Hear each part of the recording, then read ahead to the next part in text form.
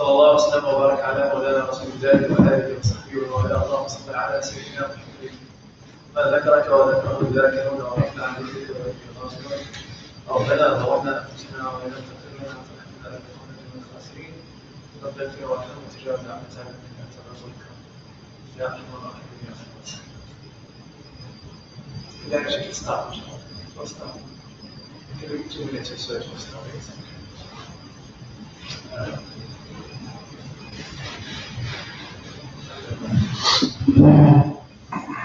So we talked last time about previous time, 2 weeks now, right? No, 2 weeks now? It's last week. We did not do the Thursday, right? But Khandaq, right? Now, the Khandaq, and we finished talking about Khandaq and some.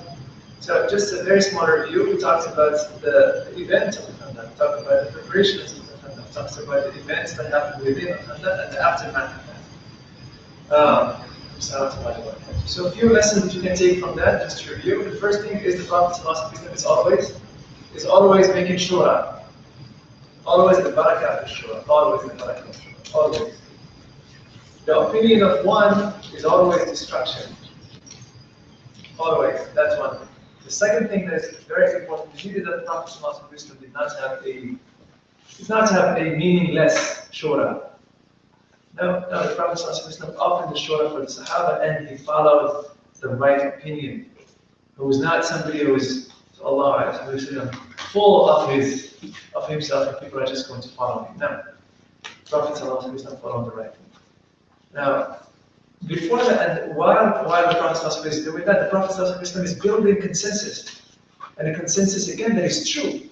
There is a true consensus that the Sahaba are, the 3,000 Sahabi in Mecca, in Medina, are agreeing with the Prophet ﷺ. They understood the mission, and they enlisted it in a very strong way.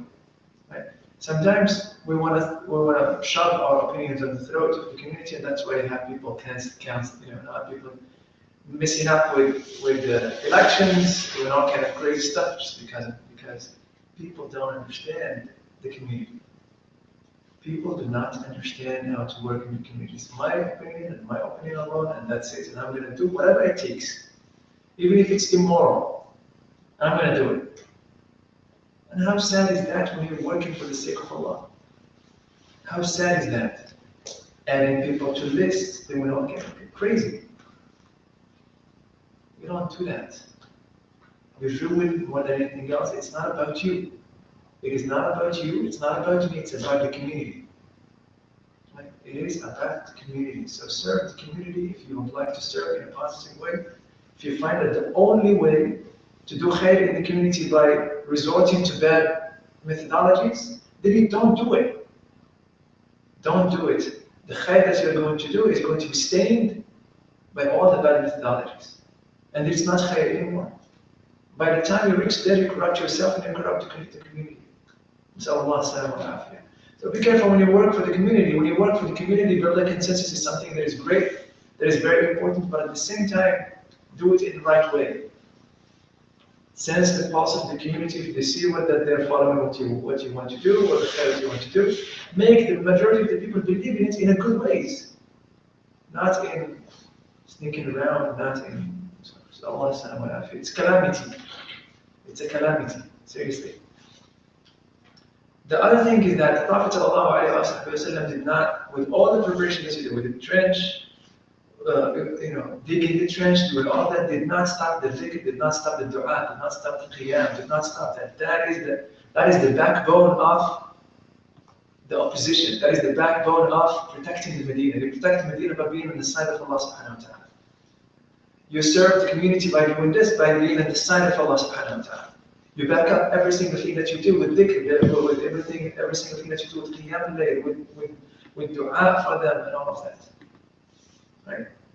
And the victory of Allah subhanahu wa ta'ala and the success from Allah subhanahu wa ta'ala happens only when we are ready spiritually and otherwise. Mainly spiritually. Mainly spiritually.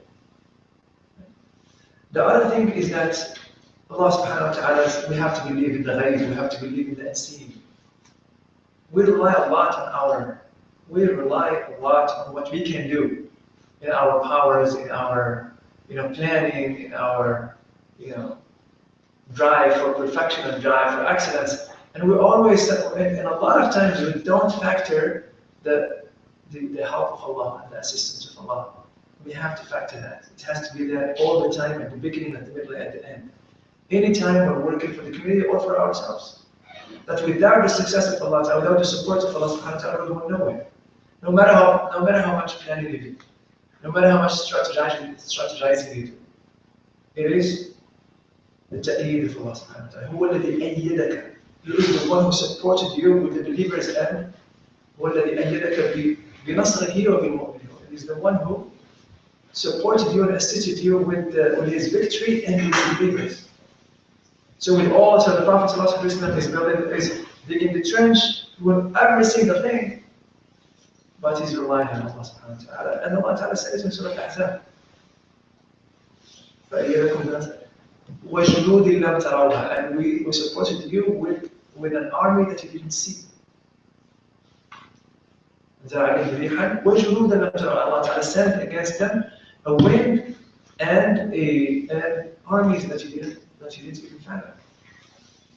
So you always have to be in the side of Allah ta'ala. Always have to be in the side of Allah ta'ala. Always have to ask Allah ta'ala his support. Ask Allah subhanahu wa ta'ala to help us and assist us and aid us with armies of his. Allahumma ameen. Allahumma ameen. The Prophet ﷺ did not pray Asr one night until Maghrib. And he said, من نام على صلاة أو نسيها فليصليها إذا ذكرها. That sometimes you're pushed. And the Prophet ﷺ made dua against them.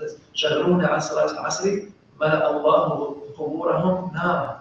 They prevented us from Salat Asr. May Allah subhanahu wa ta'ala fill their graves with your fire. So, do your best to pray at time. Do your best, your utmost best. But if you feel that you're overwhelmed with something, whether you slept or stand up and make istighfar to Allah Ta'ala and pray. It happened to the Prophet Sallallahu Alaihi Wasallam. Now, right after the Prophet Sallallahu Alaihi Wasallam came back from Khandaq, the day he came back from Khandaq, right, went to his house. Sahaba went to their houses. He went to his house, took his armors, made a shower. The time he made a shower, Jibreel stood up on him. He said, "You took your armors out." We did not. Pick it up and let's go. He said, "Where?" He said, "This way." And he pointed to, where did he point? Banu Qurayza. Banu Qurayza were few miles down southern Medina. A few miles and a few hours of walk. That's how it was, a few hours of walk. And then he said, "We're not going to put up with their betrayal." So what happened to Banu Qurayza? What did they do to deserve that? What happened to Banu Qurayza? What did you say Banu Qurayza done? Betrayed. They betrayed how? They betrayed the covenant of the Prophet that the Prophet had with the people of Mecca and the neighbors of Medina, the neighbors of Medina, and the constituency of Medina. What was the covenant? To protect everybody, to protect Medina. Right? To protect Medina. Whoever is going to come raid Medina, everybody who is signing that covenant will have to protect. It did not just stop from or abstain from protecting Medina, but they had an active role in going and fighting the southern side of Medina, and they went to a fortress where some Muslim, as the family of the Prophet ﷺ, the wife of the Prophet ﷺ were there, and they tried to kill some Muslims. They were active. It's not that they were just like abstaining. It's like, we're not gonna do anything. No, they were not just neutral. No, they were active. They plotted. If it were not for for Allah Ta'ala's intervention by sending, what Sahabi was that? Huh? Nu'aym ibn Mas'ud. So then Nu'aym ibn Mas'ud is the one who actually diffused the plan of Banu Qurayza and the people who came from the Meccans and the Ghatafan. Right? He's the one who actually, if Allah Ta'ala did not send man at that moment, and he was smart enough to diffuse the plan of Banu Qurayza will be fighting with the Prophet against the Prophet ﷺ. Banu Qurayza will make the place a place where thousands of the mushriks will be coming through to invade Medina. The plan of the Khandaq did not make sense, except Banu Qurayza in the south, protecting the south side of Medina. Without that, the plan of the Khandaq did not make any sense, because the southern side is completely exposed. And now they were about to expose it, and then Allah Ta'ala sent Nu'aym ibn Mas'ud, and Nu'aym ibn Mas'ud went and he diffused their plans in the most beautiful way. And so they were neutralized. Not because they had chosen to do so, but because Ibn Nu'aym actually diffused their plans. So the Prophet ﷺ, now there is no way we're going to keep up with that. You were in a state of war against the Prophet ﷺ. You harmed Muslim and you killed some. And that's not gonna go well. There is no way it's going to go well. So the Prophet ﷺ will all the way Allah Ta'ala to go to Banu Qurayza. He's still dripping from the ghusl, wore his helmet, wore his armors, get into his camel, and called the mu'adhin to call, let no one, this is after the, let no one get home and pray Asr except in Banu Qurayza. Let everybody know that we're not praying Asr until we reach Banu Qurayza. So you have from Dhuhr to Asr, from Dhuhr to Maghrib, almost to Maghrib, they're going to walk for a couple of hours, 3, 4, 5 hours to get into Banu Qurayza. That's how far it was, right? At the southern side of Medina, they have to walk down to the fortresses of Banu Qurayza. He went himself. He went himself. He said, so they reached Banu Qurayza. They reached Banu Qurayza late. They reached Banu Qurayza after the sun actually. The sun actually was set. And some people were confused. Should we pray Asr now on the road, or should we read? The Prophet told us to don't pray Asr until we reach Banu Qurayza. So there are some people who prayed at the road. There are some people who prayed when they reached Banu Qurayza. When they reached Banu Qurayza, it was already Maghrib time. It was already dark. And the Prophet ﷺ did not rebuke any of them. He did not correct any of them. Those who prayed at the road were fine. Those who prayed afterwards were fine. The Prophet ﷺ, because they followed the literal order of the Prophet ﷺ. Then the Prophet ﷺ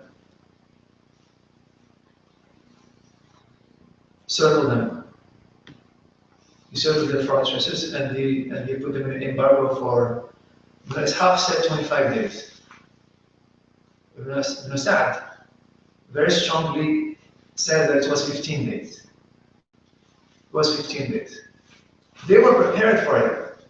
They were prepared. As we said, they were prepared for the battle against the Prophet ﷺ in the Khandaq. While he was in Khandaq, before the Prophet ﷺ get into the Khandaq issues, he knew that they're going to betray him. We know that. He sensed it in Zubayr ibn Awwam first, and then he sensed that these people are getting their food, they're getting they're getting the food, they're putting the food into their houses, they're cleaning their stores, they're doing all kind of things that a normal human being, that a normal course of life is not supposed to be done that way. So what they did is that they prepared for it. They were prepared. So when the Prophet came in, they were prepared. They had their sheets, they had every single thing for a long period of embargo. They sensed it's going to happen. right? But they did not know that it's going to happen that quick, right? They did not know that it's going to happen that quick. So right that day, in which the Prophet ﷺ went to his house, got himself up, and he went to Mecca. Right? So they were prepared, they were thinking that they're going to stay for a long time, but Allah subhanahu wa ta'ala, as he said in Surah Al-Ahzab, قَذَفَ فِي قُلُوبِهِمُ الرَّعْبَ وَأَخْرَجَهُمْ وَأَنزَلَهُمْ مِنْ صَيَاصِيهِمْ. That Allah ta'ala had put fear in their heart. I put their fear in their heart, and they after 15 days, as Ibn Sa'ad said, or 25 days, as Ibn Ishaq said, they were ready to negotiate. They were ready to negotiate. One of the Jewish people who actually were saved out of that said, relates that the head among them. We talked about a person at the beginning of the Khandaq, when they came to him to betray the Prophet ﷺ. Muslim refused. He said, "This is the wrong move to do. This man has been good to us. We disagree with him in theology. We disagree with him. We're not following him. We know he's a prophet. We're not going to follow him. But you know what? He's been good to us.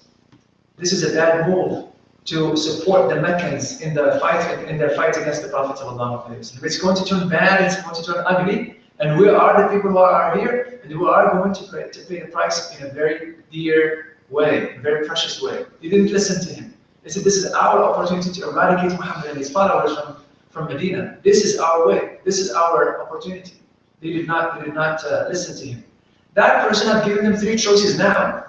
They've been in the embargo for 25 days or 15 days. Now he's giving them 3 choices. The first choice is to embrace Islam.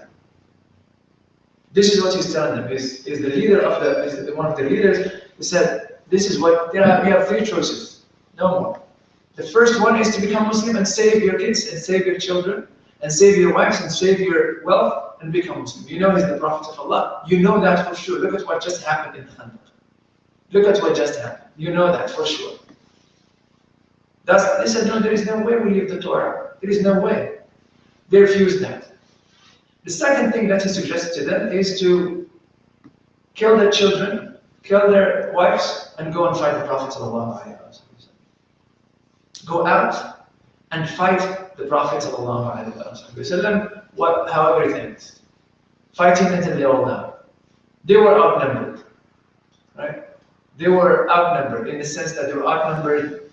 The people who could fight were outnumbered, but the whole forces, there were 3,000 or so. 3,000 people or so, right? So the third thing is he told them, today is Saturday. They thought we're not going to fight, it is Saturday. They thought we were going to observe the Sabbath. So let's just go and surprise them and see how it goes. They said no to 3 suggestions of the men, and they waited. And they waited. Now they're so scared right now that they wanted to negotiate. How are they going to negotiate? They called on the Prophet ﷺ. Now they already killed the Sahabi. So by this time now, 25 days, they already killed the Sahabi. They throw a grinder, right? They used to grind wheat with it. They threw on a Sahabi who was at the side of the fortress, and they killed him. They hit him in the head and they killed him. Only 2 Sahabis were killed. And only 2 Sahabis were killed in this war ordeal.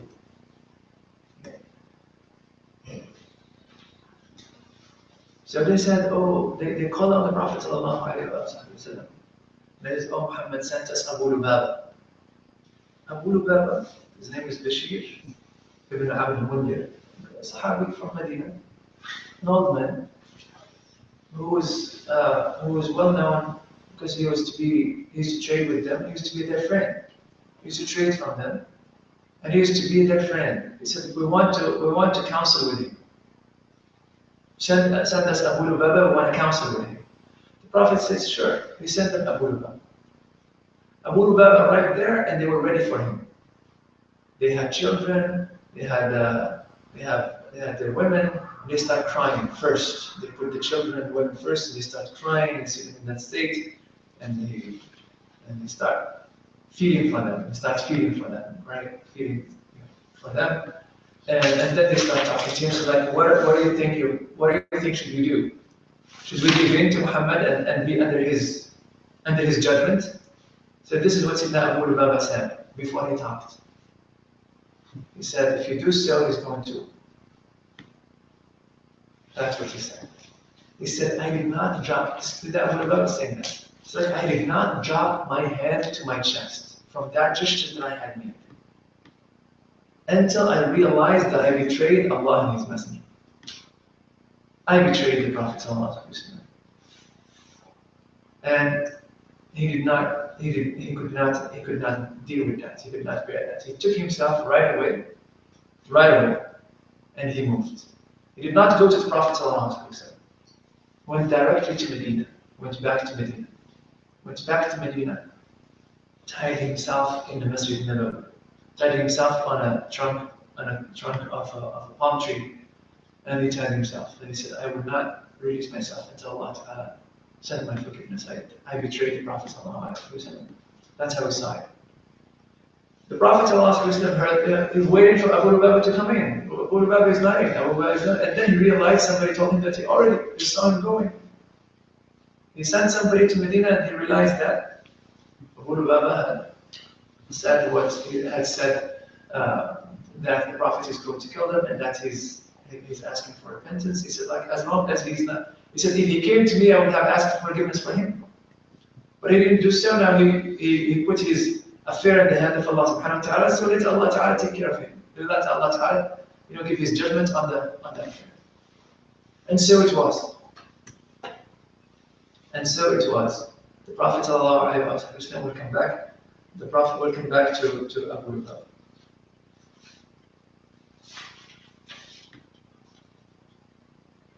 Or we should, as long as we're at it, let's get done with Abu Lubaba and Umar. Abu Lubaba felt so bad. And he said, I will never go to Banu Qurayza, a place in which I betrayed the Prophet ﷺ. And he stayed there crying and crying. He stayed there. He stayed in Banu Qurayza. After that moment in which he went to negotiate with the Prophet ﷺ, after that day, he stayed in the masjid of the Prophet ﷺ for a week. He's not eating, he's not drinking. His wife would come to him.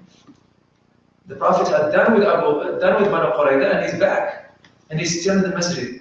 And the Prophet would pass by him and would ask Allah subhanahu wa ta'ala to send His judgment on him, and he's just waiting. Like Abu Lubaba, he's just waiting. He's done with Banu Qurayza. We'll come back to what the Prophet ﷺ had done with Banu Qurayza. He had done with Banu Qurayza and went back to Medina, and he's still there. He stayed there for 6 nights and 6 days, crying, tied up. He's tying his neck up to the pole of the masjid. His wife would come, release him at time of prayer, and then he would tie himself back again. He betrays all what he does is crying.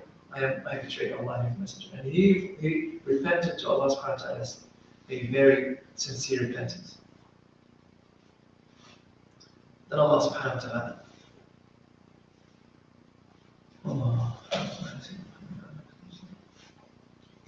Then Allah subhanahu wa ta'ala sent Quran. And He sent Quran addressing the believers. Ya ayyuha alladhina amanu. La takhunu Allah wa takhunu Rasulahu wa takhunu amanatikum. Oh, you who believe. So he recognized his faith. That he is a believer. Do not betray Allah and His Messenger and betray your trusts. Because the Prophet ﷺ sent him as trustworthy. The Prophet ﷺ did not negotiate with him the deals. He did not, he sent him as somebody, to negotiate. But he did not, to talk to them and see what they have to say. But he realized that the Prophet ﷺ and the Sahaba are going to exterminate all of these people. And I don't know how he knew that, but that's his judgment. Once he did that, he realized that he betrayed the Prophet ﷺ, spoke about the Prophet ﷺ in a way that he shouldn't. Right? That he shouldn't. So he felt so bad about it, and Allah Ta'ala said, "Oh, you who believe, do not betray Allah and His Messenger, and those who betray your trust." And then the Prophet ﷺ passes by him again. He asked Allah Ta'ala to send a revelation about that. uh, that day, the day on which Allah subhanahu wa ta'ala sent his repentance, the Prophet ﷺ was in the house of Salama. He was in the house of Salama. He said, "Oh, Salama, Allah Ta'ala had sent his repentance to Abu Lubaba." She said, "Oh, Rasulullah, should I give him the glad tidings?" He said, "Sure, if you want to." So she came out of her room and she said, "Abu Lubaba, glad tidings. Glad tidings, Allah Ta'ala had sent your repentance." So people start running to him to try to take the news out of his neck, and he said, "There is no way until the Prophet ﷺ will take it."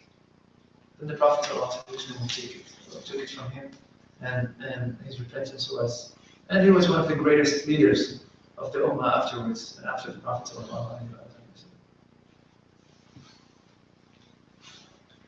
So Banu Qurayza, requested that they would be under the ruling and under the judgment of the Prophet ﷺ.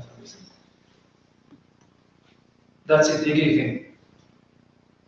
They gave in without conditions. Whatever the Prophet would judge on them. And then something happened right then.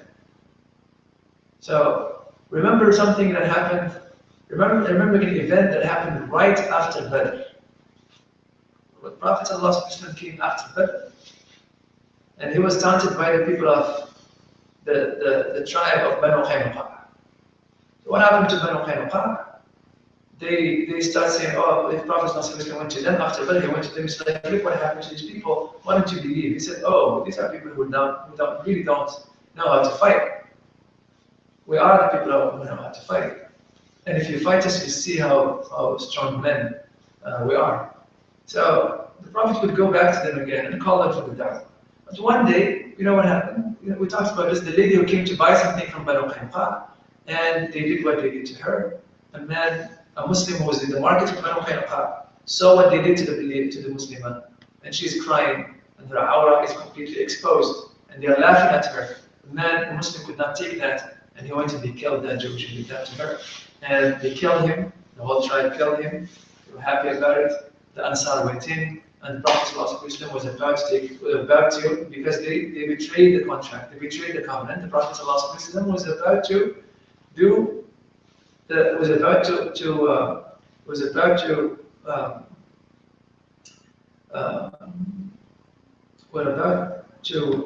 apply the law on them, to apply what the articles of the covenant say. And then what happened? Abdullah ibn Ubay ibn Salul, the head of the hypocrites, stood to the Prophet ﷺ and said, "Oh, Rasulullah, you gotta give them to me. These are my allies, these are my clients, there is no way." So Abdullah ibn Ubay ibn Salul from the Khazraj. And it's not just Abdullah ibn Ubay ibn Salul, but also the Khazraj tribe. A lot of Khazrajis. They said, "Oh, Rasulullah, these are our allies, you cannot kill them, you cannot exterminate them, you cannot send them, you gotta give them to us." And the head of that was Abdullah ibn Ubay ibn Salul, the head of the Munafiqeen. So after negotiation, the Prophet ﷺ gave Banu Qaynuqa to the people of the Khazraj. The people of the Khazraj, they took them and they prevented them from the punishment that was about to fall upon them. Same thing in here. Banu Qurayza were the allies of Al-Aws, right? And Al-Aws came to the Prophet ﷺ and said, "Oh, Rasulullah, remember what you did to the Khazraj? You gave them Banu Qaynuqa. And now you gotta give us Al-Aws." The Prophet ﷺ said, "Is it fair to you that a man of you will judge against them? I'll accept the judgment of the leaders of your..." They said, "Oh, Rasulullah, we accept it." So he gave them, the Prophet ﷺ gave Banu Qurayza to Sayyidina Sa'd ibn Mu'adh. Sayyidina Sa'd ibn Mu'adh was the leader of Al-Aws, the incontested leader of Al-Aws. And his name again is Sa'd ibn Mu'adh. Sayyidina Sa'd ibn Mu'adh was not in Banu Qurayza. Why was he not in Banu Qurayza? Because in the battle of the trench, there were a lot of arrow shooting. He was hit by an arrow, and he was badly injured.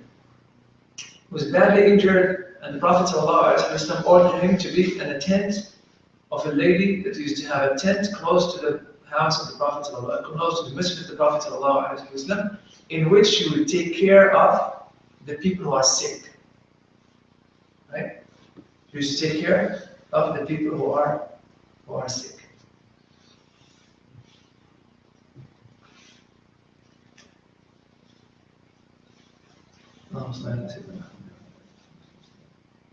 Her name was Afida. Afida. Lady, her name was Afida. You go to history, and if you go to the Sirah, you find that she used to have a tent in which she used to take care of the Sahaba who left their families, or the Sahaba who she devoted herself to take care of the Sahaba who were injured and the Sahaba who were sick. And the Prophet ﷺ, even though his house was at the house of Sayyidina Sa'd ibn Mu'adh was at the northern side of Medina. The Prophet ﷺ said, put Sa'd ibn Mu'adh in the tent of Rafida so I can visit him every day. So I can go and see him. He used to love him. Right? He used to love him, so I can go and visit him. So the Prophet ﷺ went back to Medina. And they got Sayyidina Sa'd ibn Mu'adh. And they told him, the Prophet, they sent people to him and said, the Prophet ﷺ gave you the reign of all of this thing, and you're going to judge. So they carried him. They carried him to the Prophet ﷺ's place, where the Sahaba, where all the Sahaba, Ansar and Muhajirin were gathered. Right?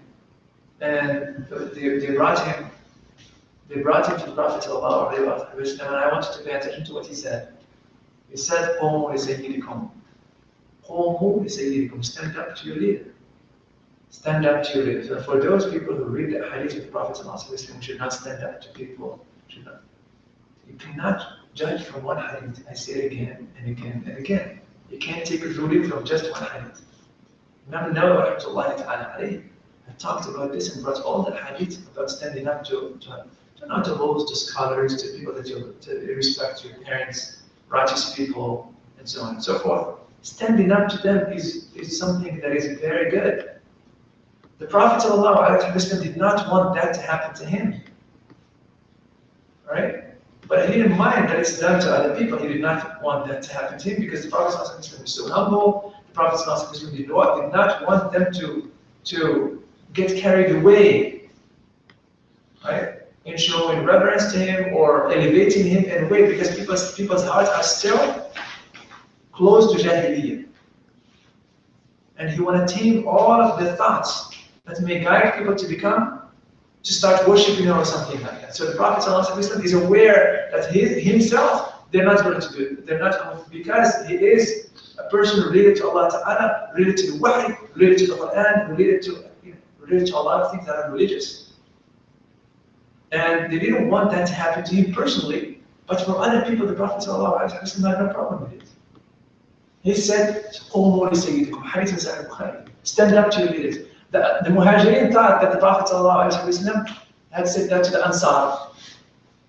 And the Ansar thought that it's generals for everybody, so everybody stood up for him. They all stood up to him. When he came in, he said, stand up to your leader. They all stood up to him as a sign of respect. And he said, Sa'd, it is to you. It's not the Prophet ﷺ who said it, but one of the Sahaba said to Sayyidina Sa'd, يا سعد إن رسول الله صلى الله عليه وسلم جعل لك الحكم في من يقضي فما تحكم. Like Allah, the Prophet of Allah Ta'ala had given you the agency and the right and the power to judge on Banu Qurayza, your client.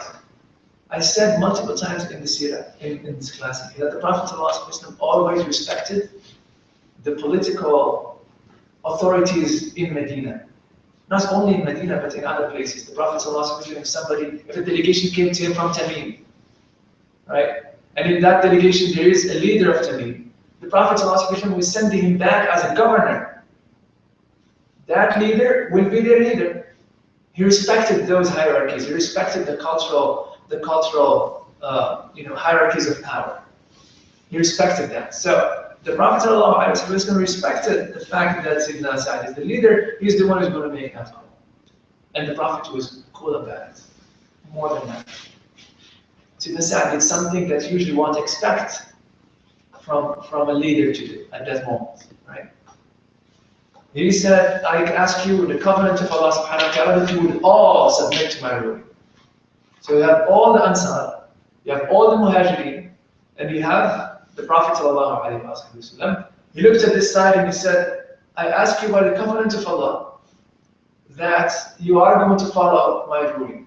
He said, we give you the covenant of Allah. He turned to this side, and the Prophet is in that side. He did not look at the Prophet ﷺ, but the Prophet knew what he meant.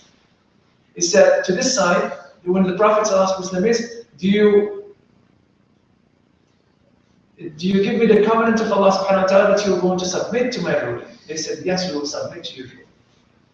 Actually, it was the Prophet ﷺ who talked on behalf of that side. He said, Ya Abdul, like we'll give you our covenants. Or what do you say? قال رسول الله صلى الله عليه وسلم نعم نعم. He said, I give the judgment that the fighters among them will be executed, and that their houses will be destroyed, and that they will vacate the area, and that the children, that their wives and children will be enslaved. Will be enslaved. The Aus did not. The Aus were pushing Sayyidina Sa'd before that. They were pushing Sayyidina Sa'd to forgive them. In all of this ordeal, the Sirah does not tell us that the Prophet ﷺ talked to Sayyidina Sa'd after that. The fact is, the Prophet ﷺ did not see Sayyidina Sa'd until that moment. He did not see Sayyidina Sa'd until that moment. Right? So it is not the judgment of the Prophet ﷺ, it was the judgment of their client, of the leader of Al-Aus. The Prophet ﷺ said, حكمت فيهم بحكم الله من فوق سبع سماوات. You have judged on them the ruling, you have manifested on them the ruling of Allah subhanahu wa ta'ala from 7 heavens. And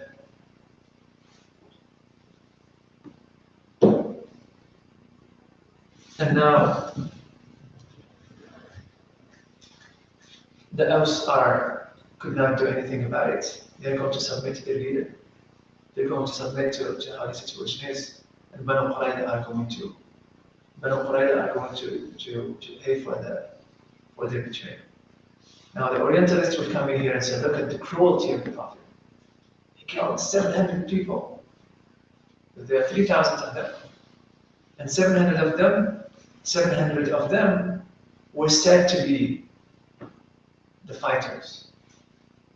Right? The people who are the fighters. So, if you look at the Sirah, you'll find that the majority of they find that this is how they depict it. They depict it as everybody who could fight, everybody who is not just who could fight, everybody who could bear a weapon, everybody who reached the age of puberty. And they said that this is how it said, so that the Sahaba would look at the pubic hair. If the pubic hair was there, they would execute the person. The boy, if it's not there, they would. And so this is what it said, right? So it said in Ishaq. Said Ibn Ishaq was the leader of that, and then Ibn Hisham and Ibn Sa'd, and then Waqidi, right? So I looked at this narrations, right? All of them. I want you to pay attention to this, and I'm going to elaborate on that once we start, inshallah, the class in the spring. I'm going to start with that and go and elaborate on it. If you look at the narrations of all of those, you go to the Ibn Ishaq did not bring any isnad to this. He mentioned one person. Who was that person? It was one of the survivors. One of the people who survived, who was young, who was a kid, and he survived that, and he's a Muslim afterwards, and he said they were 700, between 700 and 800, and that's what they did.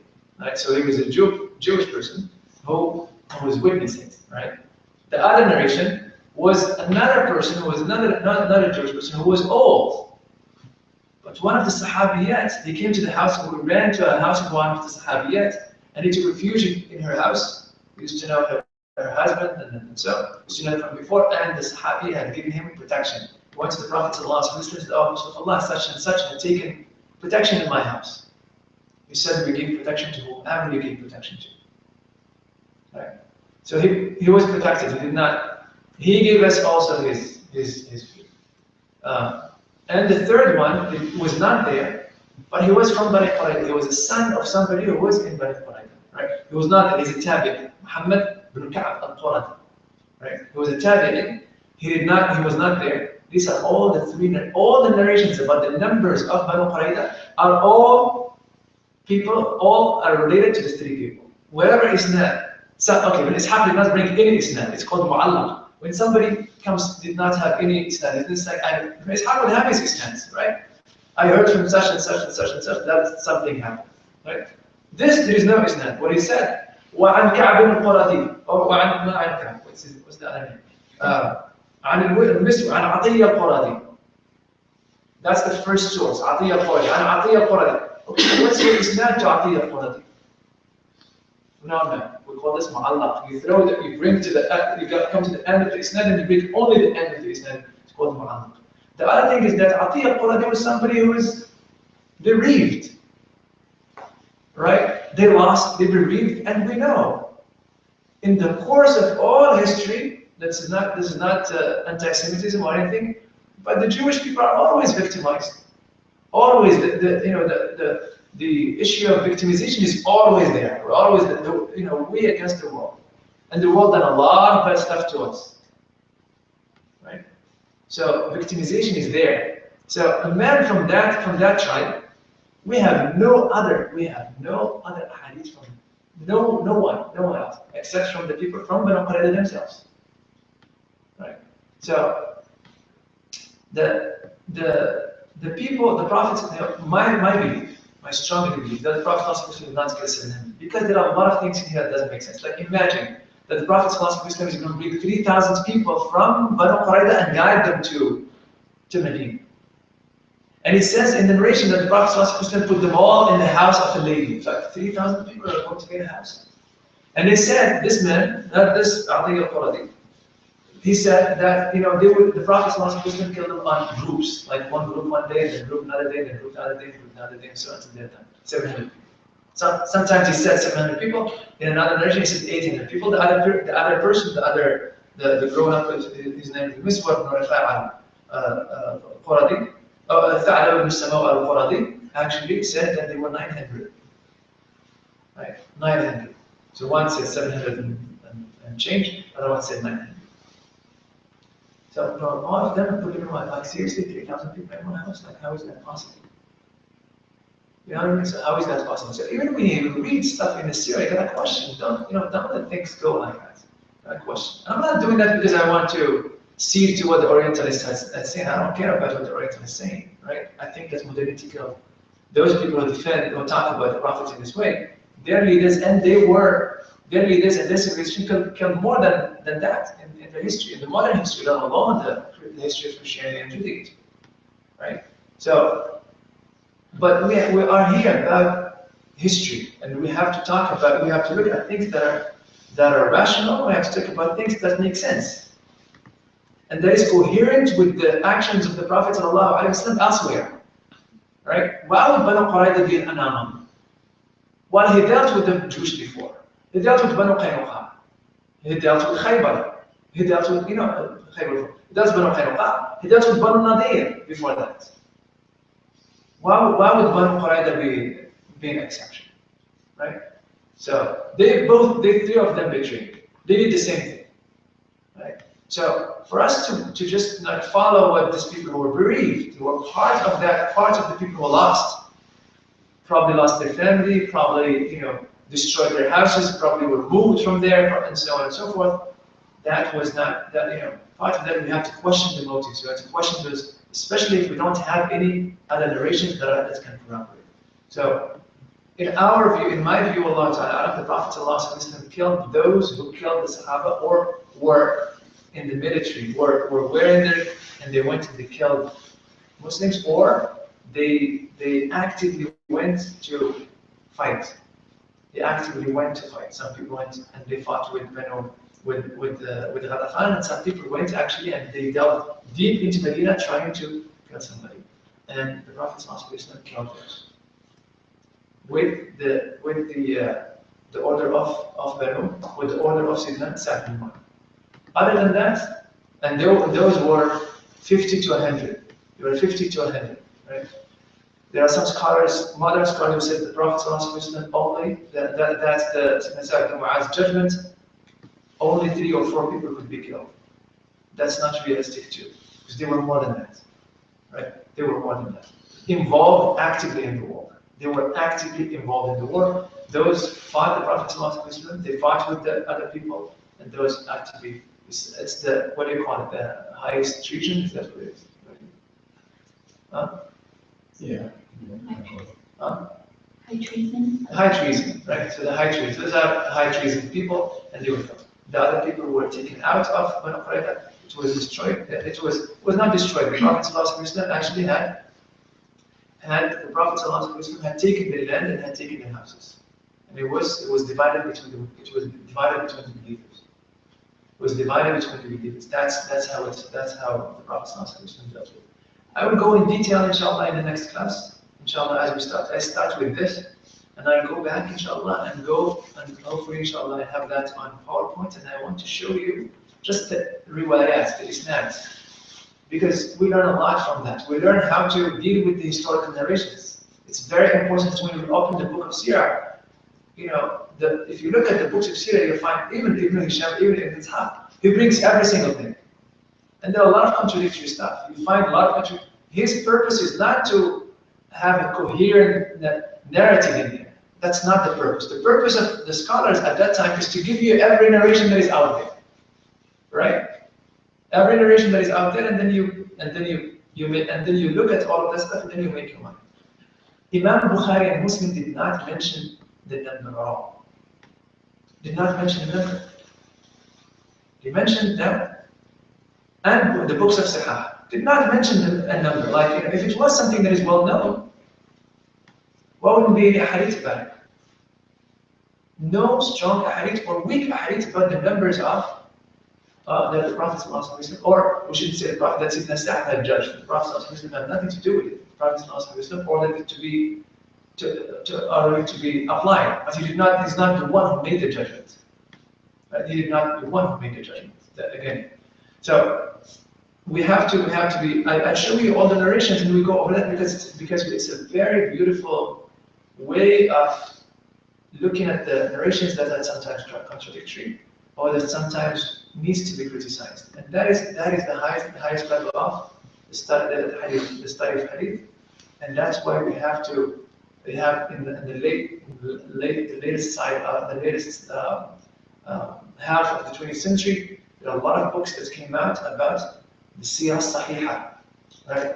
The correct or the authentic Sirah. They go and they look at the narrations. They put the hadith and the narrations and the Sirah, and they put them together and they see, right? And they go through the narrations one after one after one after one to see which one is weak, which one is stronger, which one is that. And they have a Sirah that is authentic or near authentic, right? That is near authentic, on which the criteria of hadith are applied. Right? So with that, inshallah, I leave it here, and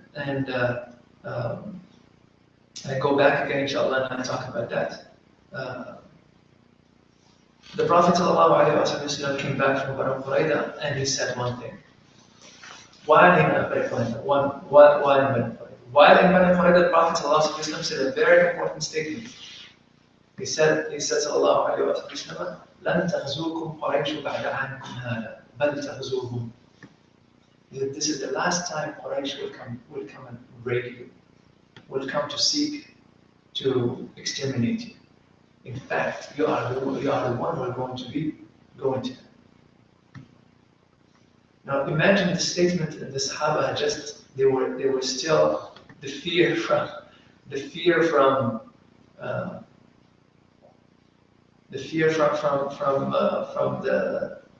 the groups and the parties war is still there, and they came out, they just came out, and then Parade happened, and then the Prophet ﷺ said, Quraysh is done, that's it, Quraysh is weak.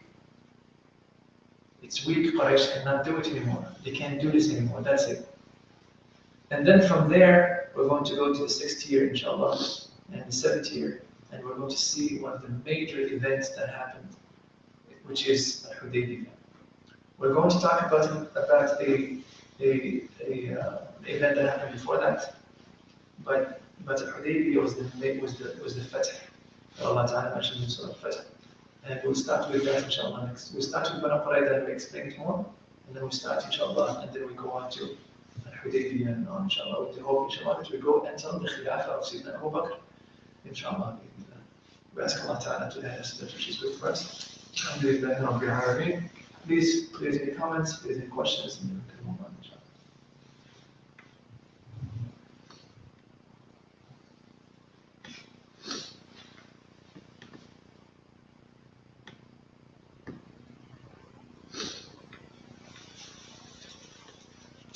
Questions? Comments? The side that gave the judgment was the side in Sa'ad ibn Mu'adh.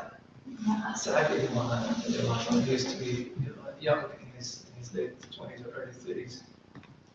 And Hadith said that when they carried him, Sa'ad ibn Mu'adh died right after that. He came back, and that injury brought him back to the place. Prophet ﷺ looked at him, went to visit him the day after that. That injury was all blood, went out with blood, and then the Prophet ﷺ said, take him to, he knew that he's going to pass away. I went back. That day, the time he reached there, at night, they called the Prophet ﷺ, he passed away. And he went, the Prophet ﷺ said, فَرِحَتِ الْمَلَائِكَةُ وَاهْتَزَّ الْعَرْشُ لِمَوْتِ سَيِّدِنَا مُحَمَّدٍ. Like the Malaika are thrilled with happiness, and the Arsh, the throne of Allah subhanahu wa ta'ala, is shaken out of happiness with the coming of Sayyidina Muhammad. And the Prophet ﷺ went to his house, and he was walking on his, tiptoeing. The Prophet was tiptoeing in his room. And they said, oh, Rasulullah, what are you doing? He said, there isn't a place in here except that there is a Malak. There is no place in here except that there is a Malak. The whole place is filled with Malak. When they carried him, Sayyidina Sa'ad ibn Mu'adh was ample. He was really handsome, and he was ample, he was heavy, very heavy. He said, oh, Rasulullah, he's light. He's very light. We know Sa'ad ibn Mu'adh is very, he said, you're not carrying him. There are with you who are carrying him. Right? The Malaika are carrying him. Right? The Malaika who are carrying him. Prophet ﷺ cried so much for Sayyidina Sa'ad. He cried for Sayyidina Sa'ad. He loved him so much. As young as he was, protected the Prophet ﷺ. He gave his allegiance to the Prophet ﷺ. He stood up with the Prophet ﷺ in Uhud. And he was the one responding to the Prophet ﷺ when he was saying, what should we do? What should we do? In Badr, actually. Oh, people, what should we do? Should we go and fight? Should we go and fight? And Sayyidina Sa'ad was the person who said, oh, Rasulullah, you mean us? Of course, let's go. If Allah Ta'ala told you to, so let's go. You'll find support from us, and we are people who are trained, and so just go ahead. If you go through this sea with us, you'll find us with you. That was Sayyidina Sa'ad ibn Mu'adh, one of the greatest of the Salihin, one of the greatest of the Salihin and the ulama of the companions of the Prophet sallallahu alaihi wasallam.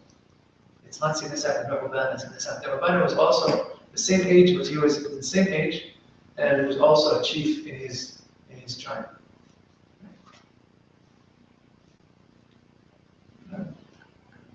Anything else?